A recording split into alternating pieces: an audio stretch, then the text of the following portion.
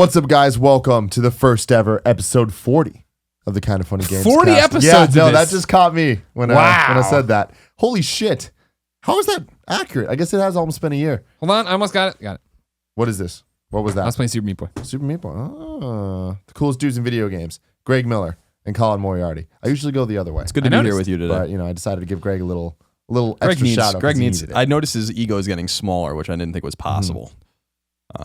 So we have to definitely inflate it some more. But you didn't think it was possible for it to get smaller? No, or bigger. Just it's big. It's expanding at the speed of light. Nothing can possibly expand any quicker than that. You know, Greg's redshifting. I was telling you this earlier, Greg. I like your shirt more now than I used to. Yeah, you pointed out today that the shimmery parts have worn off on this PlayStation shirt. This used to be all holographic. It is no longer that way. Yeah, I like this as well. I think that that's what turned me off to the shirt originally. Yeah, because I like the shirt a lot. I would have loved it if it was like black and then white, just white. Oh, I would even love it with just the Japanese text and not the PlayStation logo. Well, that's just to make crazy. it really obscure. Wow, yeah, that'd be crazy. Really cool. Like when they sent out because it says PlayStation. Remember when they had the rewards program? They sent out the rewards shirt that was in Japanese. That was like, "Thank you for supporting PlayStation," or it said PlayStation. I forget, but you know what I'm talking about? You don't read Japanese, so you no. I read Japanese, and I'm telling you it says PlayStation. You don't read Japanese. No, definitely. You barely read English. Definitely not. Remember years ago when Vita had first come out, I was dating a girl. I remember, and she came over, and I was playing Everybody's Golf on Vita, or whatever. Yeah. And she's like, "You read Japanese?" And I'm like, "No, but that would be pretty cool if I did." And then I was like, I should learn Japanese so I can tell women that I, in fact, that's it. Well, you could have just lied to her. You're a good dude. You didn't lie to her. You could have straight up lied to her. Because what is she ever going to say? What does it say? I could have been like, stroke. well, I could have been like, everybody. It says Everybody's Golf. Yeah. And then this says start, and this says options. And you hit start and it just reformats the entire card. She'd be so impressed. It'd be great. And then she'd want to play golf with you and be adorable. And then she's like, "Oh, you want to go?" And then she'll surprise me and buy me like a Japanese book or whatever. Oh and my God. I'd be like, and she's like, "Oh, this is," and I'm like, "Oh." She's like, "You don't like it? It's Atlas Shrugged in Japanese." I thought you would love that. And it's 17 times longer. Read it aloud to me. She lays down. You're like, konnichiwa. Sumimasen. This is a different dialect than I know. Oh my God. Ladies and gentlemen, this is the Kind of Funny Games cast where sometimes we talk about video games and other times we don't.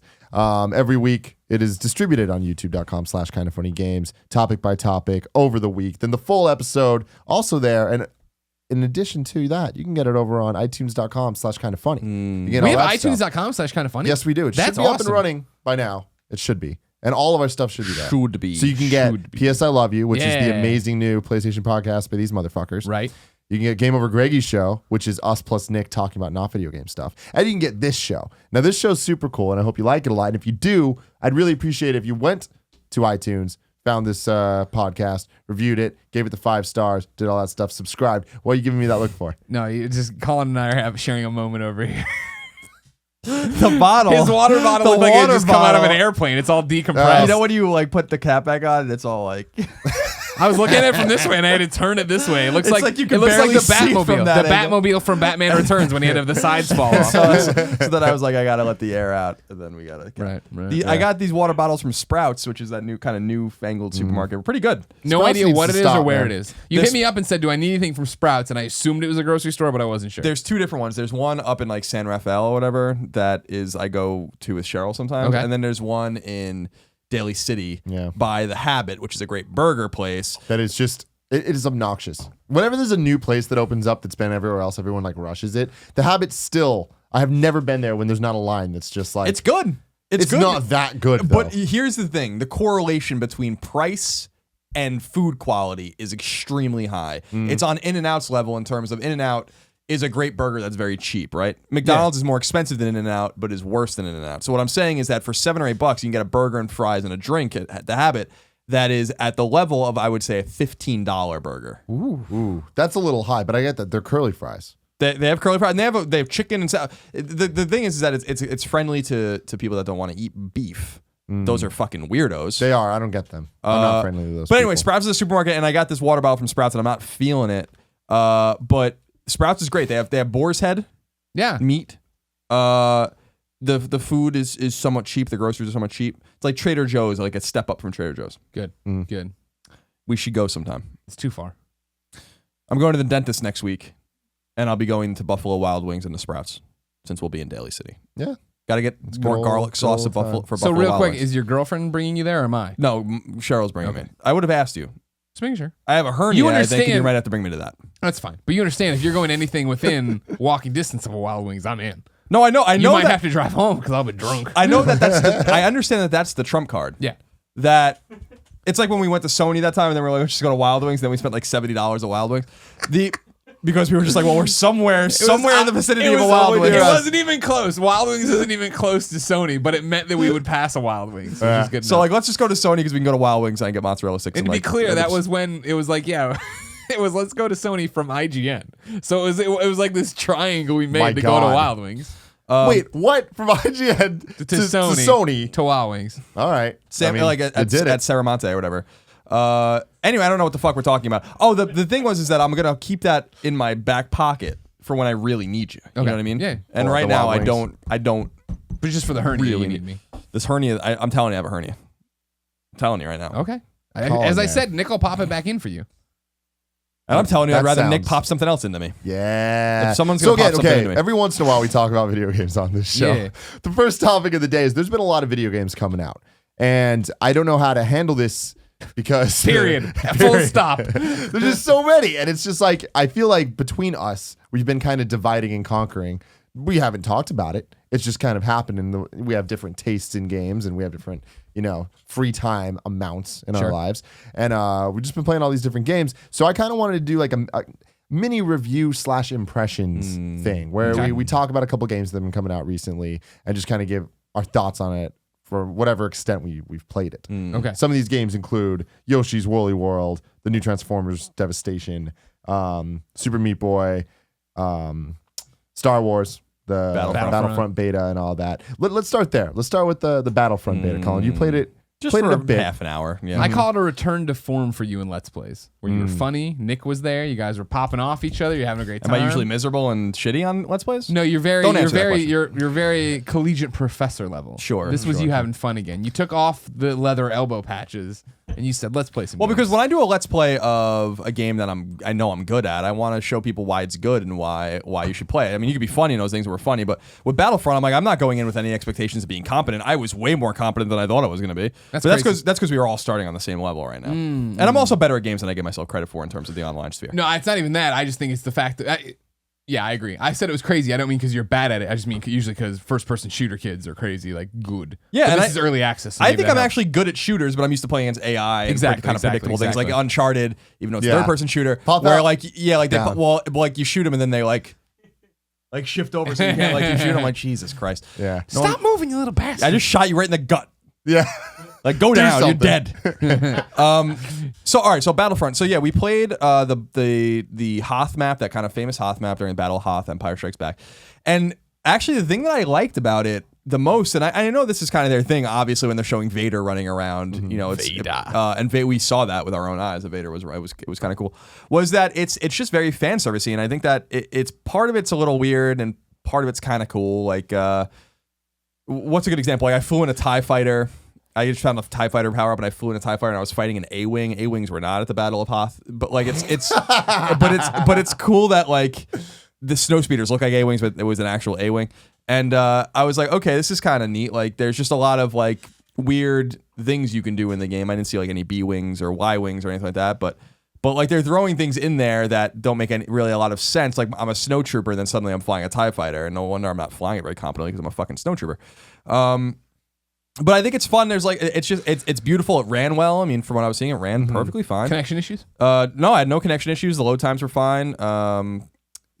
Frame rate was steady. I think that the game was fun. It's not for me. The one thing that not that it would be uncommon in a Star Wars game is that there's no ammo, which is like something I have to get used to. Like you're pounding. I mean, from what I could tell, you're using your gun. If you just hold it down, then your gun overheats. But otherwise, like you let the meter go back down, you can just kind of use it in perpetuity. But that makes sense since they don't have ammunition in that universe. They, I guess, have power packs or whatever. But My question. So I liked it. Based on what you played, are you still concerned? Leading into this one, you were telling everybody, it's DICE. They've had problems before. Are you concerned about this one? Yeah, I'm absolutely concerned about it. Okay. I'll be concerned about it until it rolls out because no matter how many people play the beta, if I remember, I mean, it's not like the first time a shooter's had a beta that ran well and then the game didn't work. Sure. So it's like and I'm not saying that's going to happen. I'm saying that has happened in the past. Yeah. No, this game's going to get the server crush on this and load is going to be fucking monumental. And I'm interested to see how they can handle it. It's not. It's going to be like Call of Duty levels. Activision's used to that though. I'm not sure that, I don't know the exact sales numbers, but my assumption is that this will sell more than any Battlefield game. Battlefield's a very popular game, but this is going to be fucking huge. This is different. So I'm just, and these maps are big and it's 20 on 20. I mean, there's a lot of at the Hoth map anyway. 20 on 20, man. Yeah. Video games. It's crazy. It's no mag. I was going to say Yeah. you beat me to it. God damn it. Well, no, I think we said it like in unison there. We're perfect. Massive action game. Oh yeah, I'm quite. You remember familiar. Mag? I'm quite familiar. Remember, you had to level up, and then you could just give out commands. I remember when they first showed it at E3, and I remember being like, "Oh my god, this is so cool!" Like I knew then even that it was like, "All right, I'm not into this." Like I'm not, but I was like, for people like Alfredo, this is gonna be fucking awesome. And then right. You know how much Alfredo loves taking orders on the battlefield. Yeah. They call him the Renegade. They do. Renegade Kid. So yeah, I don't have much more to say about it other than to say it seems like there's a lot of customization options, things to unlock, these cards to unlock and loadouts, and so it seems like your standard multiplayer fare. It's like I'm never gonna play it again, I don't think, but it was I'm actually because I was intrigued by it. Like I was like maybe I will play it when it comes out and just see what it is and then just put it on the shelf. And the beta kind of gave me the taste I needed. Where I'm like, okay, I get it. It's very smooth. It's very slick. That's interesting to me because it's like, a lot of people seeing the reaction to you playing this game. Like I was looking at our Facebook group and the forums and stuff. Like people are super excited that you were playing an online shooting game just because you don't typically do that. No, I don't. And people really like your opinion on video games and stuff, and they value it. But I feel like you kind of shut yourself off to that whole world of things. And I think a lot of people want to hear what you would have to say about these games that you just don't play. Sure, I understand that, but you have to understand that I'm not going to spend my precious time playing games that I don't want to play. For sure. But what I'm saying is it's interesting that you played this game, and I think people are really excited to hear your thoughts on it. But it makes sense to me that like you still don't want to play it even after playing this. But it's shocking that it's Star Wars, and it seems to be very polished in that world and very true to at least the fandom of it, maybe not the canon, but like the fucking, I just love how nerdy you get about this stuff and how you're not upset, but you're just like, that didn't happen. This isn't okay. Like whatever. Like that's so funny. Yeah, it is. To me. I mean, it's like this is Hoth. It's not the Battle of Hoth. The Battle of Hoth happened and it happened in a very historic particular event. way. We know what happened. We know what hills were taken. I was there, sir. I served on Hoth. Yeah, it's just, but I said it's fan service. I have no problem with them throwing in an A-wing, and I flew a TIE Interceptor, which is another thing that wasn't even neither of those ships were even in Empire Strikes Back at all. So it's like they weren't even in. Now ATSTs were there, but you didn't really prominently see them until in Return of the Jedi. Yeah. So you see ATSTs running around with the AT-ATs, but. Like A-Wings were introduced in Jedi and TIE Interceptors were introduced in Jedi. So I was like, but they, the Empire had those ships at that time. So it's interesting to see them. As far as I understood, I thought the Snowspeeder was kind of developed to fight in an atmosphere because the TIE Fighter could, but the X-Wing struggled in that or something. I don't really know. So there's something a little off. But okay, but like it's like Snowspeeders can't go into space. Yeah. You know what I mean? So taking all that out of it though, like, is it fun though? Yeah, it is. It is fun. I think people. I mean, from what I played, who the fuck knows if I played that for 5 hours, I might want to put a gun barrel down my throat. I have no idea. Like it's going to be the same thing over and over again. Like any shooter, people like playing. People like doing the same thing over and over again. Just like I like playing a platform over and over again. It's fun. So I think that it's polished. It seems like it's going to be promising. I think people are going to like it, and I still have my reservations that it's going to run. But it seems like the package is quite complete. I would love to be able to play in a world that DICE created by myself. I mean, that's always the way I'm going to feel. People are like, well, shut off the chat or voice chat and all that kind of stuff. I'm like, that's not how I play it. Like, I don't want to play like that either. Like, I want to. You want a story too, right? Yeah. You don't want to just. I want a into story, battles. and I just the kind of OCD nature of the way I play games is they're like, don't worry about your kill death ratio and stuff like that. And I'm like, I will worry about that. I'll fucking obsess over it, like I did in The Last of Us, and it's gonna and then I'm gonna play very like. It just doesn't resonate. It changes with me. the way you play I don't the play game. games like that. Yeah. So I don't at the end of the day, a lot of people like to sit down and they call their friends or they get on PSN and they're like, all right, we're going to play Destiny. Everyone gets on their headsets. They enjoy each other. Like that's the exact opposite thing I want to do when I play games. I don't want to hear from anyone and I don't want to talk to anyone. And I want to play a game by myself at my own pace, do what I want. If I want to look at this fucking texture on this wall for 5 minutes, that's what I'm going to do. That's just the way I play games. So we all have our different kind of ebbs and flows, but I wanted to do it because I thought people would like it. It would do well for us, and we had fun with it. So, yeah. In your history, your studies of the Battle of Hoth, you take all the people You put them in one pot. What's the metachlorine count overall on this fucking planet right now? I mean, Leia's there and Luke. I know. In this game, Vader's there. Vader's there, and I think I would assume Chewbacca doesn't have... You don't know. My assumption is that... I guess you're right. I don't know. Lord Watto, rise. Someone tweeted at us a couple days ago. The voice actor for Watto is making an appearance at some convention. Is it close to us? It's in Canada. But okay, God. Of course, then I got fascinated. I'm like, I want to know about this. So I Googled his name, like looked at YouTube videos, and it's just him. He's a normal dude just talking. Then all of a sudden he just busts into it. I'm like, damn, like it's fucking Watto. Yeah. Annie. That was good. That was good that your mother wasn't there. We got to get him on the show. That'd be amazing. Just have him do the whole thing. I'll write I'll write the dialogue. We'll Yeah. actually have it the way we need it finally. All right, so I beat Transformers Devastation. You beat it. I beat it. I remember you playing. I heard it's very was short. Playing it. It is very short. How short? I probably spent 4 hours, maybe 4.5. Okay. 4.5 hours on it. I feel like I could have beat it in much less than that. Yeah. Like probably 3.5 would be like if I was like speeding through it a little bit. Sure. Because I was just kind of playing it just because I was like, I want to get through this and whatever. We did the Let's Play of it, but the Let's Play was kind of just the early on tutorial stage. After that, the game opens up a lot more. It's definitely not open world, but it's like you can kind of explore the city a little bit, and like you can go back to the Ark and switch characters whenever you want. So you can play through the game as whatever character you want. Whereas the tutorial bit we did was to introduce you to each of the different characters.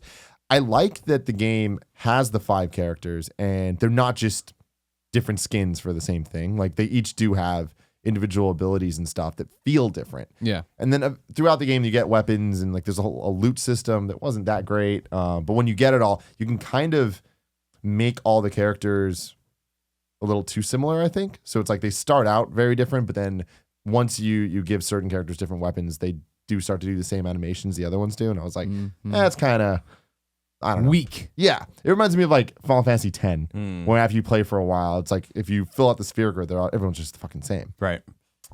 But it was cool. And as a Transformers super fan, like I fucking love that franchise. It was very fun and I could have stopped playing at any time because it wasn't a perfect game.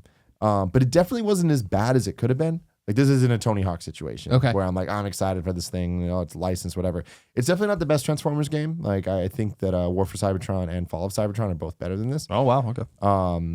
But I think that was Spark Unlimited that did that.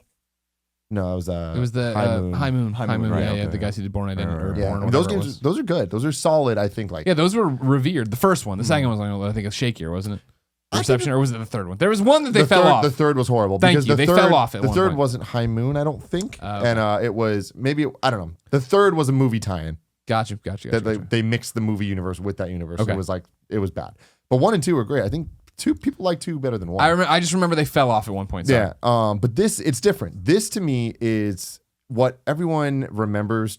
Because this is G1, This right? is G1 Yeah. completely, and they really kind of went out of their way to give the fans what they would want from this. So all the original voices of the living cast, and it's set up like an episode of the old cartoon where when there's scene transitions, it does the little like Autobot to Decepticon that whole thing. I'm like, that's fucking awesome. Yeah. And the story is horrible.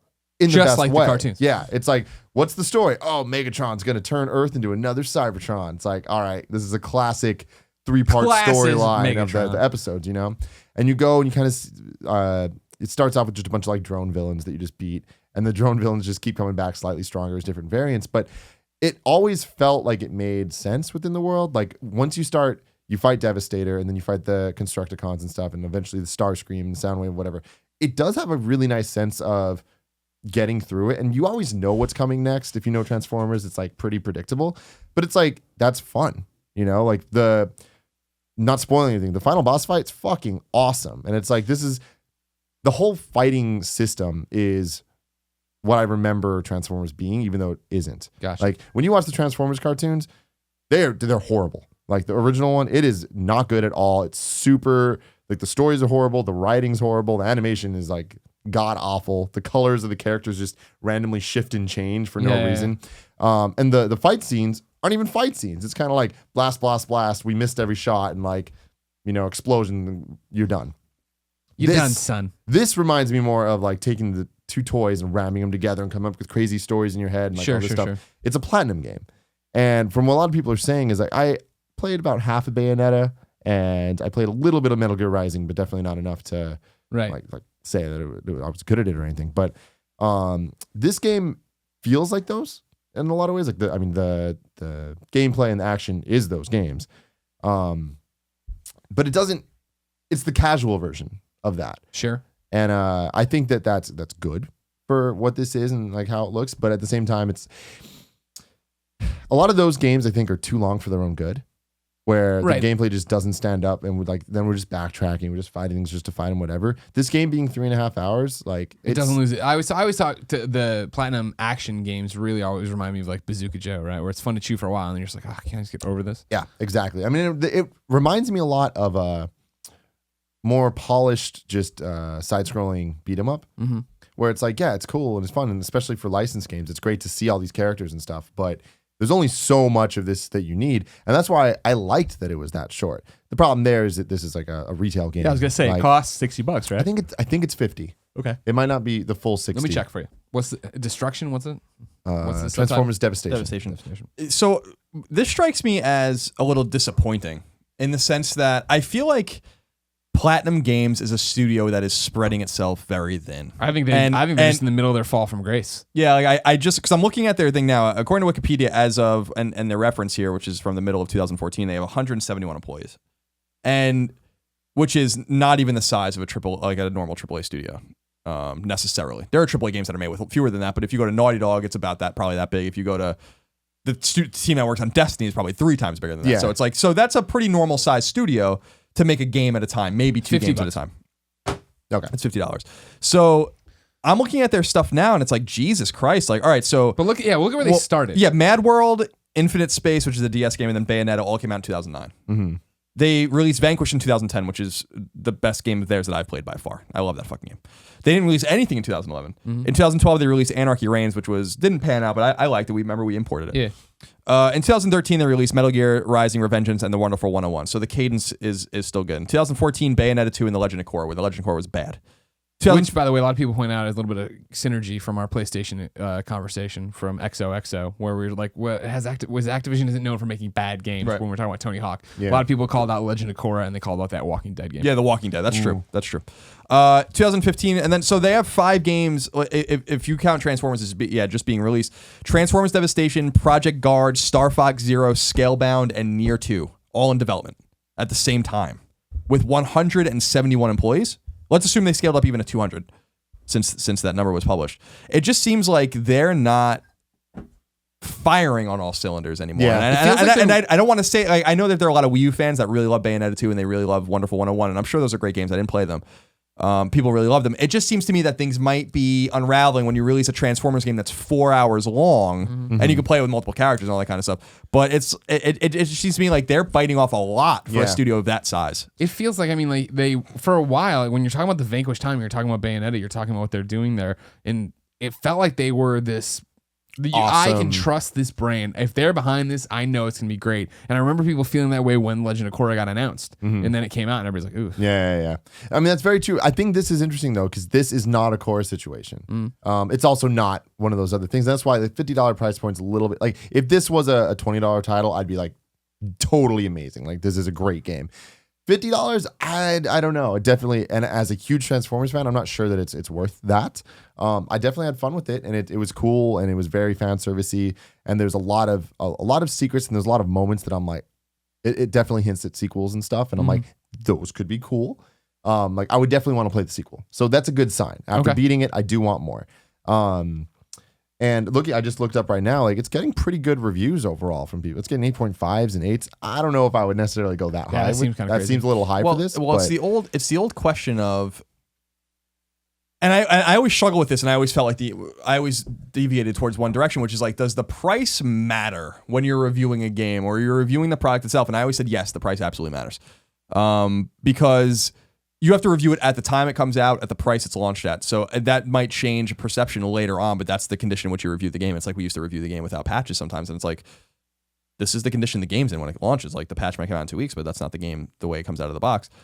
And so I bring that up because I think it's relevant. If Transformers is a good game at $50, but it might seem like a little bit of a ripoff, does it become like a better game because it's $20? And I say like, that doesn't change the game as it is, but it changes the cost benefit analysis of playing it and buying it. And I think that's the economics of it. That's somewhat relevant. Yeah. Like it's the same thing of like when we used to say like Journey at $10, Journey at $60 would have been, in my mind, still a great game, but not the game it was at $10, $15, $20. Yeah. In terms of like, wow, this is really impressive for this price point.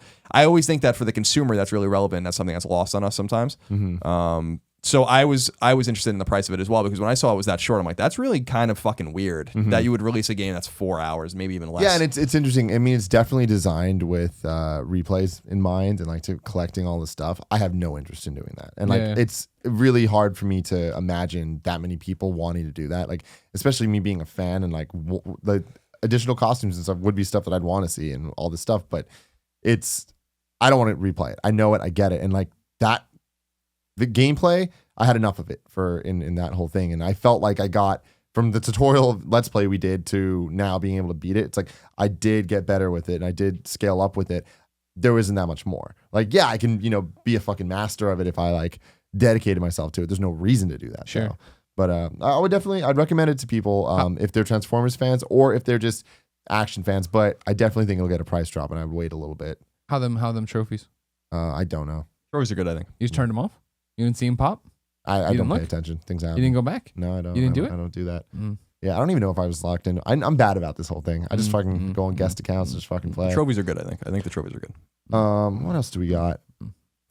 Yoshi's Woolly World. Yeah, you stole it from me. I did steal it from you. In the divorce, I got the amiibo. Yeah. You took the game. I mean, it's debatable who wins on this because that thing is fucking amazing. I've only played the game for a bit. I'm not that far into it because I've been playing a lot recently, especially for me. Ooh. You okay? Yeah. You okay? Yeah. Good. We all okay? Yeah. Good. I played maybe a little over an hour of Yoshi's Woolly World. Right. I love the Yoshi series. Year of the Yosh is every year as far as I'm concerned. It's great. It's a great game, and I'm definitely going to beat it. Yoshi's Island, I've said this many times, one of my favorite games of all time. Yeah. The Yoshi franchise has had its ups and downs, and it's the Yoshi brand. I mean, there's a series of it, like Yoshi's Island, Yoshi's Story, Yoshi's Island DS, and Yoshi's New Island on a 3DS are all similar vein games, and this as well. Yeah. None have ever really reached the height of Yoshi's Island. Sure. This doesn't either. But I think a lot of people compare this to Kirby's Epic Yarn with, good reason because it looks very similar. Yarn. Yes. This is much better than that game. Okay. Much, much better than that game. Because this is a Yoshi game at heart. Kirby games have always been really easy. You kind of you can't lose, essentially. Sure. Yoshi at least has some challenge. And that's my biggest issue with this game is it's always almost good. Okay. Almost amazing. It's always good. Sure. But anytime I see a mechanic or something and all the different yarn challenges, like the way that they use the yarn and wool and all that stuff is awesome and super cool. And the moment they present like a challenge and like a unique, interesting way to use that, I'm like, oh, this is going to be great. And then it's always like, oh man, if that was just a little more challenging or a little harder, this would have been super legit. Gotcha. But here it's just kind of like, I get what I need to do. I'm just going to do it. Yeah. And just kind of keep going through. Now, granted, I'm not that far in the game, but you can kind of just tell of where it's going to go. And from other things I've heard about it too, is it doesn't ever reach that point. And that's the thing. You don't have to guess too much because it's been out for 4 months or exactly. whatever? Yeah. So, but this is the first time I've really sat down and played through it. Like I played at the different conventions and stuff. And like, it feels like Yoshi, which is great. Like I love the way that Yoshi games play compared to a Mario or whatever. It is a little bit more floaty, but it's floaty and you feel like you're in control of the character. And that's something you can't really say about many 2D platformers. Like Nintendo platformers are just fucking on fleek, as the kids say. Oh, what a grind. Yoshi's definitely an example of that. So are you guys planning on playing? I'm assuming when you bring it back, I want to play it. Okay, I do. I've been looking forward to it since I played it at a convention. I was like, okay, yeah, great. The only thing I have to say about it is that I like that this tag says all new material. Nice. I'm glad it's not We've recycled. never seen a material. But then it says filling, polyester. It's not. reclaimed. No, I've been interested in it. I like it. It's cute. And it's a thing. I bought Epic Yarn even because I like that too. And Christine and I wanted to play it. And it was like, oh, okay. Like this didn't pan out awesomely, but whatever. You know what I mean? Like this is similar. Yeah. I think Epic Yarn was I mean, graphically and presentation wise, it was really interesting and cool. But Nintendo's been doing something in recent years on the Wii U where the polish level of their games is immaculate. Like just the overall aesthetic and the way everything works and just the menus and just the look of it is so awesome. This is another example of that where everything fits the aesthetic. That's awesome. Everything is really, really nice and awesome. Donkey Kong Country Tropical Freeze was the same way. The Mario 3D World, like there's a whole bunch that they have not let me down. Star Fox is the first thing that's like, what the hell? Like it almost doesn't even seem like a Nintendo game. Mm-hmm. Another Platinum Games game. True. Yeah. And we'll see. Fall from grace. We'll see where that goes. But it's interesting that Star Fox looks so bad. Yeah. Because all these other games, like this game looks amazing. It's like this game doesn't need the PS4 or Xbox One's power to look amazing. And that's Nintendo's key to success. Yeah. Building for what they have. Yep. What else came out? Metal Gear Online. Right. We're recording this a few hours before I'm going to sit down and play for like 5 hours tonight with Twitch subs, so I don't have anything to say about it yet. Because last night it was live, and I was like, "Cool, I want to keep playing Lego Dimensions." Mm-hmm. This is the same. This is like literally exactly what Colin's talking about with Star Wars, where it's like, I'm going to try this tonight, and I assume this will be the only time I will play Metal Gear Online, just because I'm not a multiplayer guy. Maybe I'm wrong. Maybe this catches me and gets me hooked, and I'm into it. But in reality, I'd rather platinum Lego Dimensions, chip away at the platinum for Metal Gear, getting ready for Extra Life, and then try Yoshi's Woolly World, do Wasteland that we just got, and then I want to tinker around with Taken King as well. You know what I mean? Like that's the different thing for me. But people seem to be enjoying it.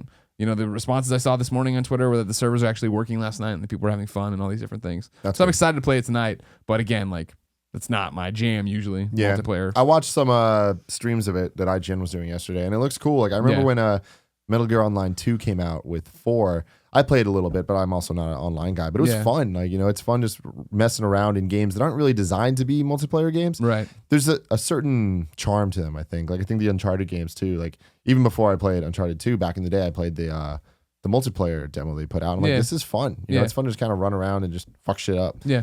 So, that's cool. And then Super Meat Boy. How much you been playing of that? I mean, that was my first thing. I finally got it downloaded onto the Vita and then was just screwing around with it. It feels like I played a lot of Super Meat Boy on Xbox. It feels like Super Meat Boy on Xbox. Mm-hmm. I know the big complaint people are talking about, right, is that the music tracks are different and da. Like I've said before on other shows, like I usually played it muted or talking to somebody or on a stream. So that is not at all my complaint or worry with it. The controls feel good for that first few levels that I've played through and stuff. It is Super Meat Boy, which is what I've been waiting for forever. Trophy-less sucks is what I hear. Oh, that sucks. Way too hard. Have you played this at all yet? Yeah, I messed around with it last night for about an hour. It's fun. I mean, I messed around with it a bit back, like way back in the day. I mean, that game's old now. It is a game that's right up my alley. I feel like it's a little small for Vita, to be perfectly honest. Sure. I feel like because of Meat Boy's small stature and the zoomed out nature of the way the stages are often laid out, I feel like it's actually probably more ideal to play it on PS4, but I have not played it on PS4 yet. Like the bandages, for instance, that you collect are like so minuscule. It's one of those where I agree with that, but that's based on my memory of 360, right? Like right now, not having played it in years, I'm feeling at home with it. You know what I mean? It's what I remember, but I'm sure for sure that you should go play it on PS4 in terms of like where it's supposed to shine, because the visuals are nice too. I do like the cartoony visuals. Oh no, I think it's a great game. I'm just wondering if Vita's a good place for it. I'm wondering if it's the most ideal place for it. I think probably based on the nature of the camera and the small stature of the character, and it's just a very zoomed out game. So, which is fine. But the controls feel good, and yeah, it's fun. The trophy list is a bitch. I don't think I'll be shocked to see who gets that platinum trophy, because you have to get through like 20 stages at one time without dying for all of them. I mean, that's really fucking hard. I just couldn't imagine doing that. Maybe the first world or two, but not all of them. No. Mm-hmm.